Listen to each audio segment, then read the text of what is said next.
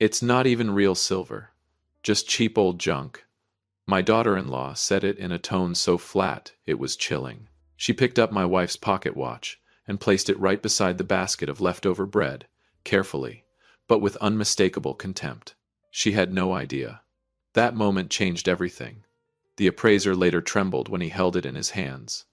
But right here, right now, it was nothing more than an old item, to be discarded, something that didn't fit the elegance Annabella was trying to create. Welcome back to Dad's real-life revenge. I'm Arthur.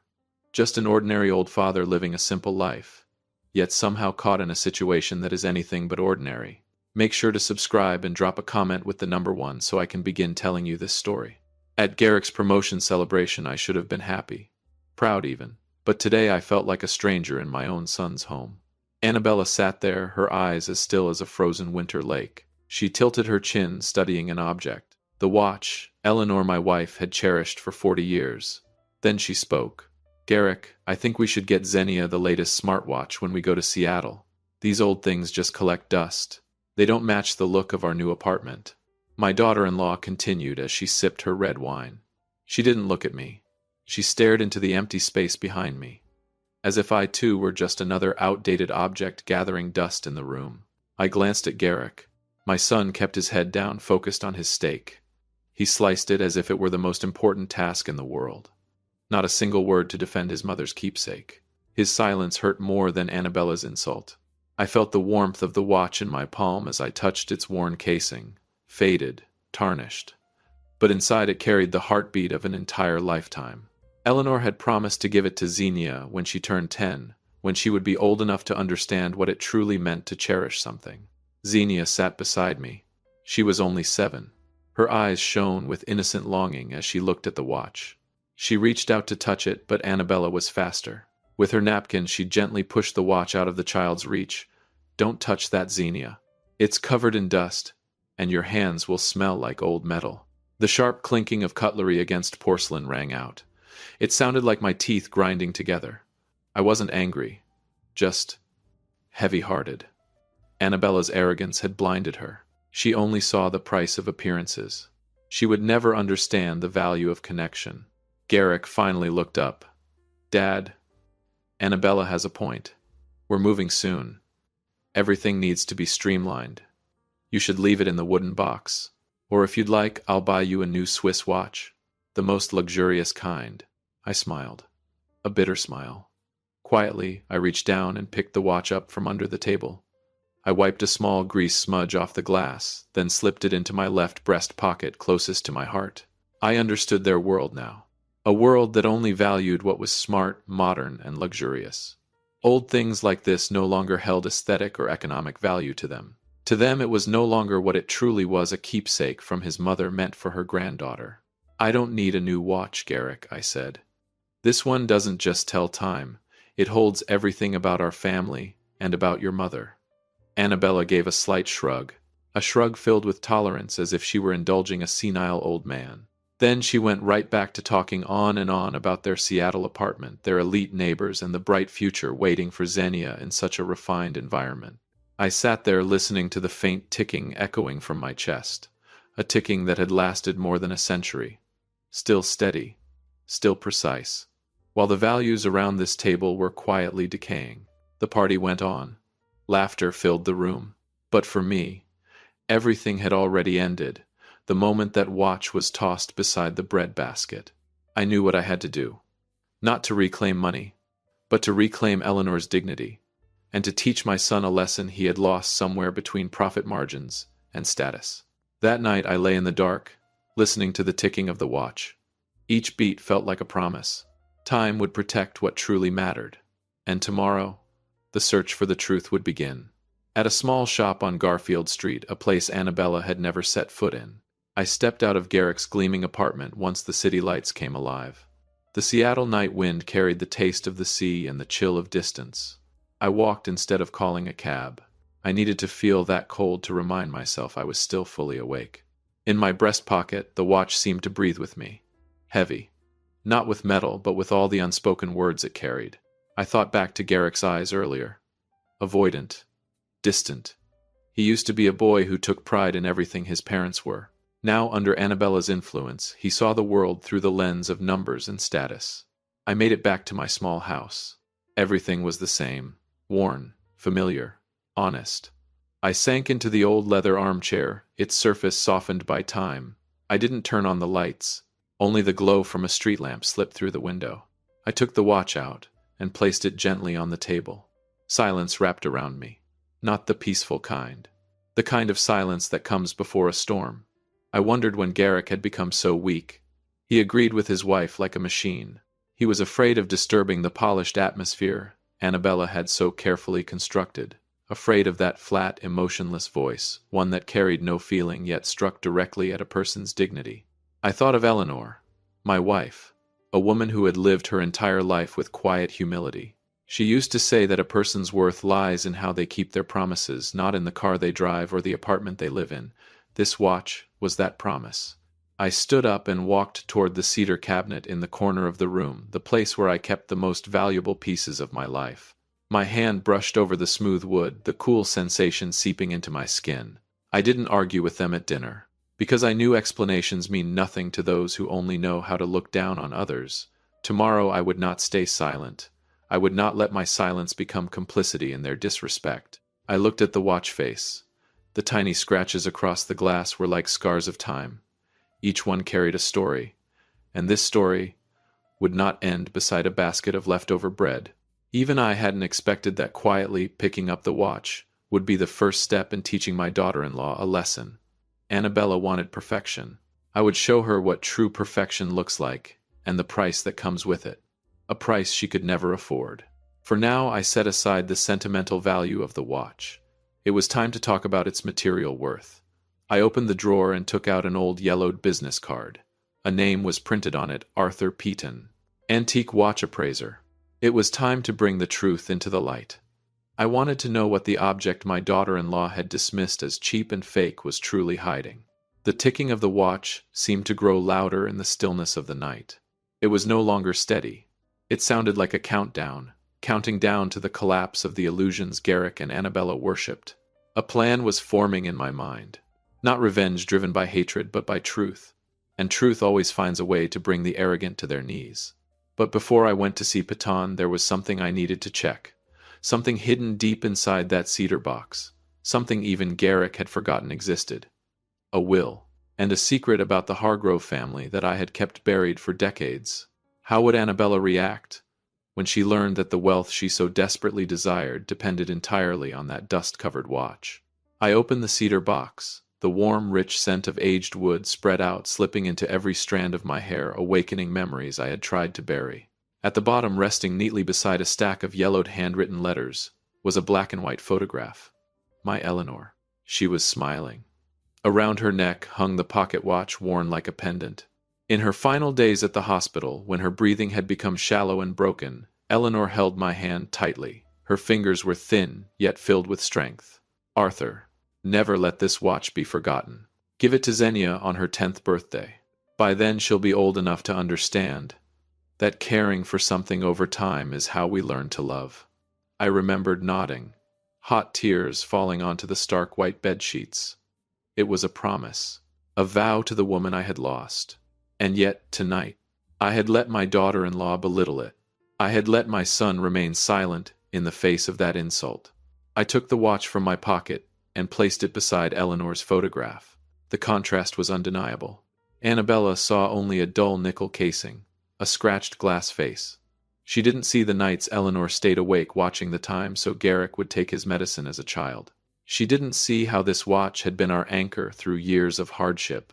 This cedar box held more than keepsakes. It held a legacy. I flipped through the documents beneath. Notes written by my great-grandfather, William Hargrove. The ink had faded with time, but the name Hargrove still stood proud. 1887. A journey across the Atlantic. A promise of a new beginning in America. William had carried this watch as a token of love for his wife. It had survived violent storms at sea. It had witnessed the rise and fall of a family. It wasn't real silver. That was true, because it was worth far more than silver. I wondered, if Eleanor had seen what happened tonight, how deeply it would have hurt her. Garrick had changed too much. He had been swept into a world of vanity. He worshipped the polished illusions.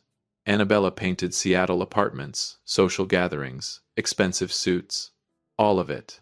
A shell covering a soul slowly hollowing out. I ran my hand along the cedar wood. Eleanor once said cedar protects what matters most from the decay of time. So would I. I would protect her legacy. I would protect Xenia's future. Annabella wanted to buy her a smartwatch. Something that would be outdated in 2 years. Something that only counts lifeless numbers. She didn't understand Xenia needed a connection to her roots. She needed to know who she was before she ever learned what she owned. I glanced at the wall clock. 3 in the morning. Fatigue began to creep in, but my mind had never been clearer. I had made my decision. Tomorrow I would take the box and the watch to Garfield Street. There was a truth I had never told Garrick, about why William had cherished this object so deeply, and why Eleanor had named Xenia as the sole heir in her private will. I closed the cedar box.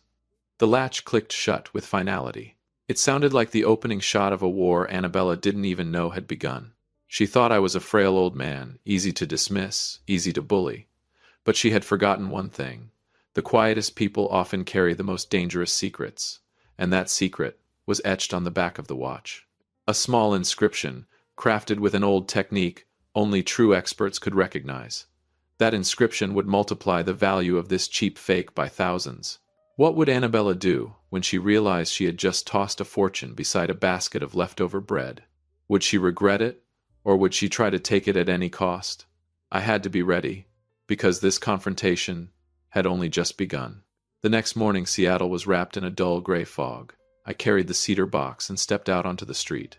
Garfield Street lay in an older part of the city where red brick buildings still stood firm against the tide of modernization. I wasn't there to prove Annabella wrong. I was there to find the truth and restore justice for my late wife. Arthur Petton's shop was tucked behind an old bakery. A small wooden sign hung loosely out front, antique watches. Time itself seemed frozen inside. The doorbell gave a dry chime as I stepped in. The scent of machine oil and aged wood filled the air, reminding me of my father's old workshop. Arthur Petton sat behind a large wooden desk, a magnifying loupe fixed over one eye. He looked up at me. His sharp gaze behind the lens felt like it could see through anything. I placed the cedar box on the table. It felt like setting down the entire weight of my family. I took out the pocket watch. Its dull nickel surface caught the weak fluorescent light. My daughter-in-law says it's a cheap fake, I said quietly. Petton didn't answer right away. He spread a clean velvet cloth across the table, then took the watch from my hand. The way he held it was different. Not with contempt like Annabella, but with absolute reverence, as if he were holding a newborn child. Annabella had her reasons. She saw the world through the cold eyes of someone obsessed with appearances. She saw scratches, wear, tarnished metal. But Petton, he saw something else. He gently turned the watch, using a soft brush to sweep away the dust from its engraved grooves. The silence in the shop grew heavy. I could hear my own heartbeat quickening. Outside, car horns and the rush of the city went on. But in here, there was only me, Petton, and the steady ticking of 137 years of history. Petton opened the back case. The snap rang out sharp and clear. He leaned in closer, magnifying the intricate movement inside. Tiny gears turned in perfect rhythm like the cells of a living body. His breathing suddenly grew uneven. He paused at a tiny detail, then reached for a thick notebook, its pages yellowed with age. He flipped through it quickly, searching for a name or a number. "You know," Petton finally said, his voice rough with emotion, "sometimes the things people call trash are treasures collectors spend their entire lives searching for." He didn't look at me. His eyes were locked onto the microscopic engraving inside the case, the same line I had noticed the night before but never fully understood. Petton picked up his phone. "I need to call the museum's horology expert. Arthur, do you know who your great-grandfather William Hargrove really was?" I froze.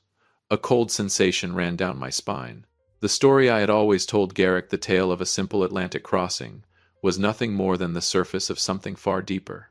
Petton turned off the desk lamp. Then he looked at me, his expression a mix of awe and fear. "The truth behind this could destroy your family, or save it. Are you ready to hear the number the world would pay for it?" I looked at the watch.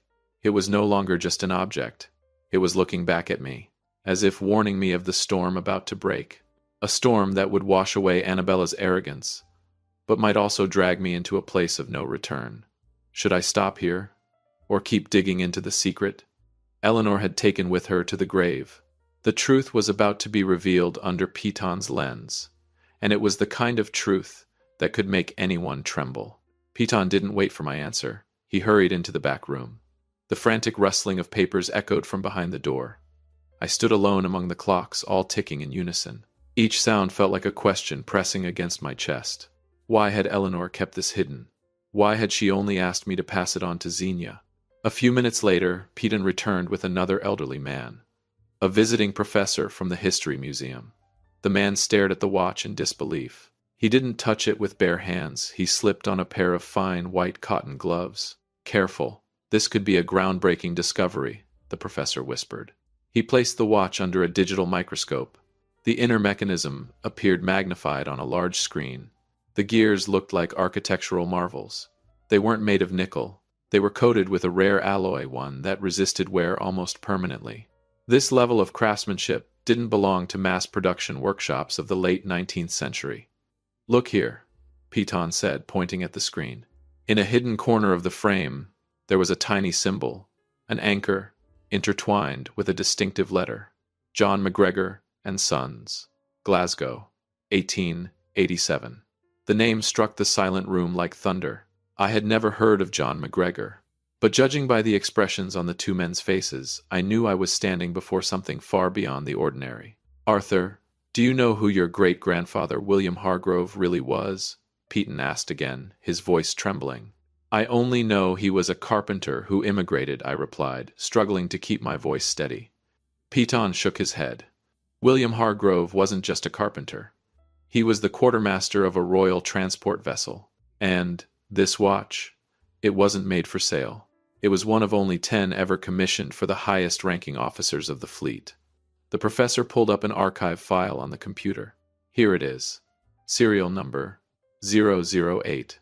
Reported lost in a mysterious shipwreck in the Atlantic. It was believed to have been resting on the ocean floor for over a century. A chill spread from my feet to the top of my head.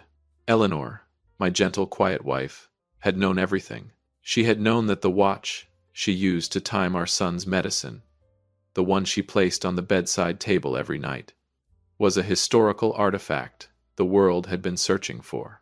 Annabella had called it a cheap fake. She had nearly thrown a piece of history into the trash, blinded by arrogance and ignorance. I thought about her expression the night before. That calm, emotionless gaze. Now it seemed almost absurd. She prided herself on her taste, her refinement, and yet she had been blind to true value. Piton looked at me again. This time there was no curiosity in his eyes, only fear. Arthur, this watch has an identity beyond material worth. It's not about gold or silver. It's a witness to a buried military secret. If this information gets out, collectors won't just be interested. He paused. They'll go mad. I stared at the display. The 137-year-old movement was still running steady, precise, in a way that felt almost unnatural. It had crossed oceans, survived storms, and now it was here, guarding the legacy of the Hargrove family. Eleanor's will flashed through my mind. She had named Xenia the sole heir. Garrick wasn't even mentioned. She had known her son wouldn't have the strength to carry something this heavy. She had seen his weakness long before I did. The professor took out a specialized measuring device and began examining the casing more closely. Piton turned to me, his face pale. You need to hide it. Immediately, Arthur. Until we have legal protection. This is no longer a routine appraisal. Why, I asked, my heart pounding. Piton pointed to a narrow groove inside the watch's inner lid, a hidden compartment so small I had never noticed it before. Because this watch doesn't just hold a mechanism. It holds something else. Something your great-grandfather sacrificed his honor to bring to America. And if your daughter-in-law finds out, she won't just insult you. She'll do everything she can to destroy you and take it. My hands trembled as I looked at the tiny compartment now revealed. Inside, a small piece of paper, burnt along the edges, faintly visible under the light. What was it? Why did it matter so much? The truth was unfolding, and it was more terrifying than any number I could imagine. A secret that could completely overturn Garrick and Annabella's lives. now rested in my palm. Piton carefully lifted the fragile piece of paper with a pair of tweezers. His hands shook. The professor adjusted the brightness on the microscope. Lines of handwriting appeared on the screen, ink unlike anything I had seen before. Coordinates, and a royal seal. "This is not an ordinary document," the professor said, his voice unsteady. "This is evidence tied to the lost shipment of 1887. Your great-grandfather didn't just carry the watch. He carried the key to a historical secret." I stood frozen. The room seemed to spin around me. The watch Annabella had tossed beside a basket of leftover bread the night before the one she called a cheap fake carried the weight of an entire nation. Peyton looked at me. "Arthur, do you realize you're holding one of the last 8 remaining treasures in the world?" He took a deep breath, steadying himself. Then he picked up a pen and began writing numbers on a blank sheet of paper. I followed every stroke. My heart nearly stopped. $70,000, Peyton said. "That's the lowest starting point for an original John McGregor." He paused. "But with this document, with serial number 008, its value won't be less than $90,000. At private auctions, it could reach into the hundreds of thousands. $90,000. An unimaginable number for an old craftsman like me. It was a fortune, enough to buy Garrick his freedom from the illusions of debt Annabella had built around him. Enough to secure the brightest possible future for Xenia without relying on anyone's handouts. I looked at the watch. It kept ticking, calm, unmoved as if nothing had happened. It had stayed silent for 137 years, waiting for this very moment, the moment the truth would rise to protect those who truly deserved it. So many people overlook things they call old junk, only to realize later they were worth an entire fortune. If you believe true value isn't found on the surface, leave a comment with the number 2 so I can see how many of you agree with that idea. I remembered Annabella's arrogant expression, the way she tilted her chin in quiet contempt at the sight of the dull nickel casing. A bitter irony rose inside me. She took pride in her refined taste, her ability to recognize luxury, but her greed and vanity had blinded her. My son Garrick, he had been ready to abandon his mother's keepsake for empty approval. If he knew this watch was worth as much as the Seattle apartment he dreamed of, would he fall to his knees and beg for forgiveness? Or would he let Annabella convince him to take it from me? Peyton slid the watch back toward me. "Arthur, you need to take this somewhere safe. Immediately. I'll contact a lawyer who specializes in heritage assets. Don't tell anyone about this, especially not your son." "Why?" I asked. "Because people lose themselves when faced with numbers like this." Peyton replied, his eyes sharp with warning. "Remember, Annabella didn't just touch a watch. She touched an asset she has no legal claim to." I placed the watch back into the cedar box. It felt different now. No longer just a sorrowful keepsake. It had become something else. A weapon. A shield. I stepped out of the shop on Garfield Street. The fog had lifted, but another kind of haze was settling over my family. I needed to see Patricia, the lawyer. Eleanor had foreseen this. She had prepared a protection for me from the past, something I had never fully understood until now. A legal battle was coming, and I knew Annabella wouldn't walk away quietly.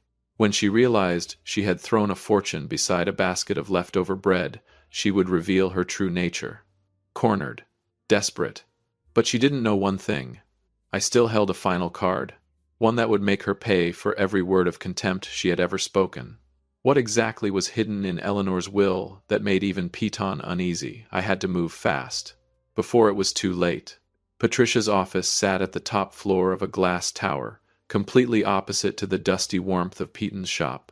Everything here was polished, cold, precise. I placed the cedar box on the glass desk. Patricia looked at it the way a hunter studies its prey. "I need to know about Eleanor's will," I said, my voice steady. Patricia flipped through her digital files. The clicking of her keyboard echoed like the ticking of fate. She stopped at a page marked with a red seal. A professional smile appeared on her lips.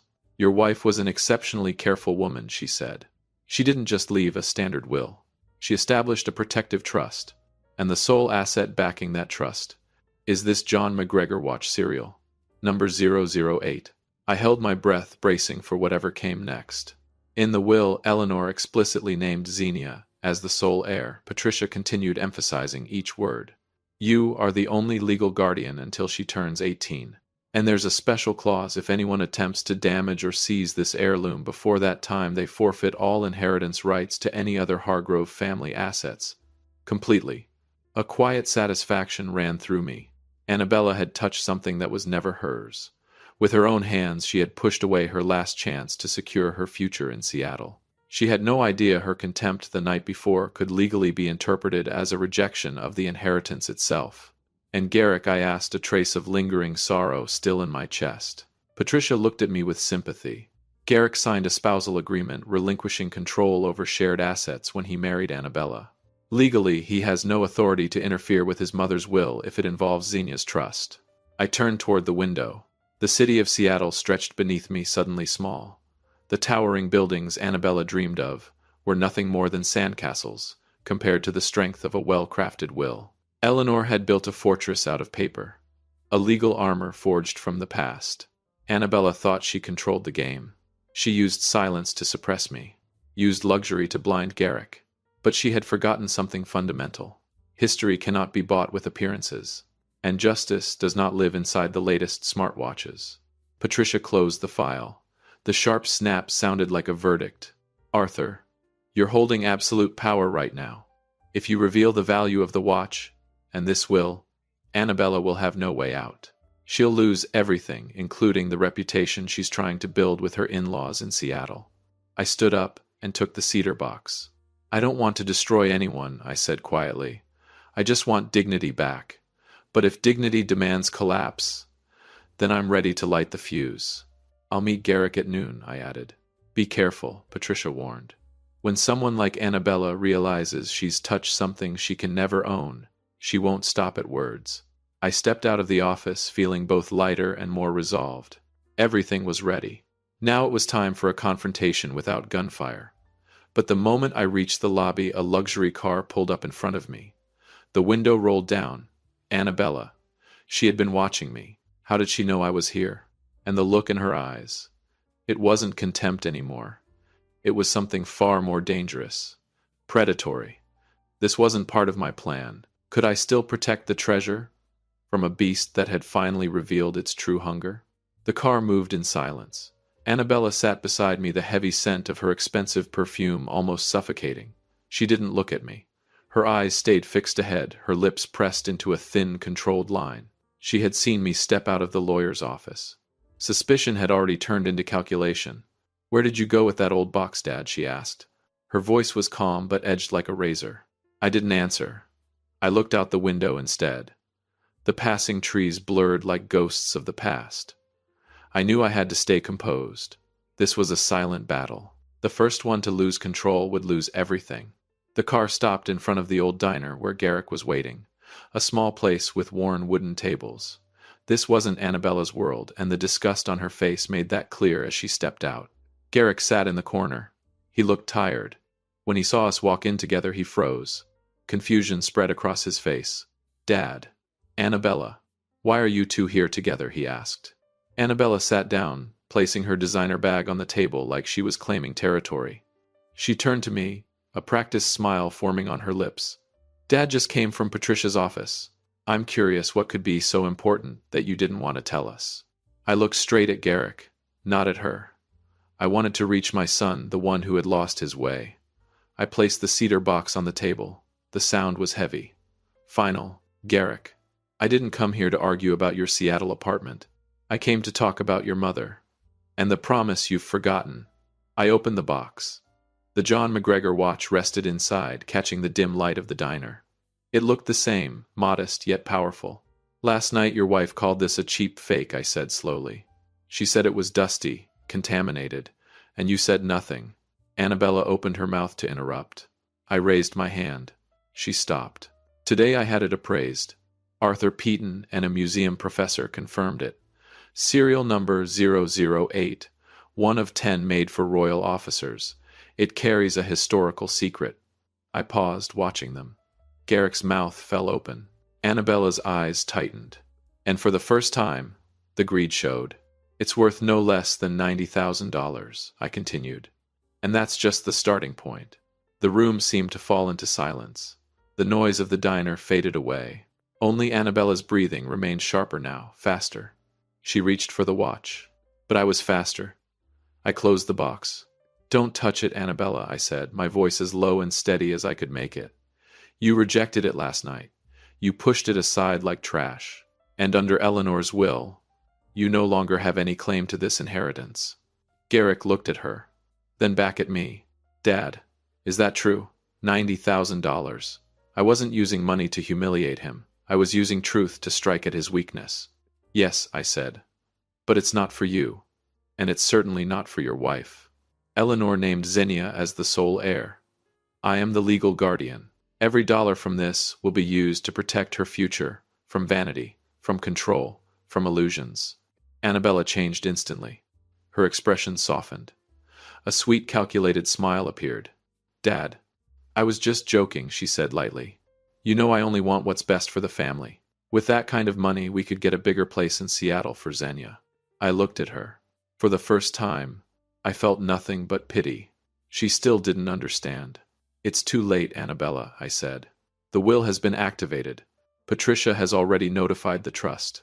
You've been formally removed from any inheritance tied to the Hargrove estate because of your actions toward this heirloom." Her face drained of color, then darkened. She turned to Garrick looking for rescue. But Garrick wasn't looking at her anymore. He was staring at the cedar box. His shoulders trembled. He was crying. He finally understood. He had traded his identity for someone who had no respect for where he came from. "This isn't revenge through money," I said, turning to him. "This is the legal protection your mother built for Xenia. You can still go to Seattle, but you'll go with nothing if you keep letting arrogance lead your life." I stood up and took the box. The confrontation was over. I had reclaimed dignity. But as I stepped outside, Garrick ran after me. He grabbed my arm. His eyes were filled with regret. Annabella didn't follow. She remained inside, still sitting at that worn wooden table. But her eyes, no longer calm, they burned with hatred. She picked up her phone. I caught fragments of her voice, calling someone, a name I never wanted to hear again. This wasn't over. Annabella wouldn't let $90,000 slip away that easily. Something darker was already forming in her mind. I had won the battle, but could I win the war against someone who had nothing left to lose? Garrick stood there in the fading afternoon light. His hands trembled as they clutched the sleeve of my worn coat. He couldn't meet my eyes. Instead, he stared down at his polished leather shoes, now dusted with dirt. Then came the gesture I knew too well. He ran his hand over his face, just like when he was 10 years old, after breaking his mother's vase. "Dad, I'm sorry," Garrick whispered. His voice broke beneath the noise of passing traffic. I didn't embrace him. I just stood there letting him face the emptiness inside himself. His quiet remorse might have been real, but the illusion he and Annabella had built was collapsing. He realized he had nearly sold his family's soul for a nod of approval from Seattle's elite. "The move next week. It's not happening," Dad Garrick said. His eyes slowly steadied. "I'm staying. I need to find myself again before I can be a father to Xenia." I gave a slight nod. That was all I needed to hear. Not money. Awakening. Through the diner's fogged glass, I could still see Annabella. Her fingers flew across her phone. The calm face from last night was gone, twisted now with rage. She hadn't just lost a legal battle. She had lost control over the man she thought she owned. The collapse of illusion is always painful. Annabella had built her life on labels and appearances. When the watch was valued at $90,000, she didn't see history. She saw numbers slipping through her fingers, and that made her more dangerous than ever. Garrick and I walked toward the parking lot. The air felt different. No more pressure. No more cutting words. Just the sound of two men trying to mend what had been broken. But I didn't know. Annabella had already made a call to a debt collection outfit she knew. She told them I was holding her property illegally. She wanted force. She wanted the cedar box before Patricia could intervene. Garrick drove me home. He promised to come by in the morning so we could discuss the trust for Xenia. I watched his car disappear around the corner. Relief crept in. But the moment I slid my key into the lock, a black van rolled up slowly. No plates. 3 men stepped out. They didn't wear expensive suits like Annabella's friends. They carried something else. Violence. Old man, one of them, said, a long scar cutting across his eyebrow, hand over the box. And nobody gets hurt. I clutched the cedar box to my chest. The ticking of the watch seemed louder now. Faster. Like a final warning. Annabella had crossed the line. She didn't want dignity anymore. She wanted money. And she was willing to step over her father-in-law to get it. From the shadows of the porch I caught a flash of light. A phone camera. Someone was recording. Who was it? A trap or help? I didn't know I had. The truth behind the watch had brought a fortune. Now it had brought danger, right to my doorstep. And with the threat standing in front of me, how would this end? I stood my ground, clutching the cedar box tightly in my arms. The flash from a distance kept blinking. The three men moved closer, but just as their leader reached out, the sound of police sirens tore through the night. Patrol cars rushed in from both ends of the street. Patricia stepped out of a civilian car behind them. Garrick was with her. He had sensed something was wrong from Annabella's call and immediately contacted the lawyer. The men were quickly restrained. Annabella was there too, sitting inside her luxury car, covering her face from the flashing lights, but her reputation was already gone. At last everything fell silent. The next morning, 7-year-old Xenia sat in my lap. She held the pocket watch gently in her tiny hands. She pressed it to her ear, listening to the ticking that had endured for 137 years. It was the sound of endurance, of love her grandmother had left behind. Garrick stood beside us. No expensive suit this time. Just an old sweater Eleanor had once knitted for him. He asked for permission to be there on Xenia's 10th birthday to witness the moment the watch would be passed on. I smiled. That was the most meaningful redemption. Don't let temporary luxury blind you to what truly matters in a family. If you've stayed with this story until the end, take a second to support us. Subscribe. Many people watch without doing it, but it means a lot to us, and it costs you nothing. Value and price are never the same. Time will protect what truly matters, even when the world treats it carelessly. Annabella chose price. We chose value. And in the end, truth prevailed. The watch kept ticking. A quiet reminder that true treasures don't lie in a tarnished nickel shell, but in the promises carried across generations. Did this story remind you of a family heirloom of your own? Share it in the comments, and send this video to someone you truly cherish. Thank you for staying until the very last moment.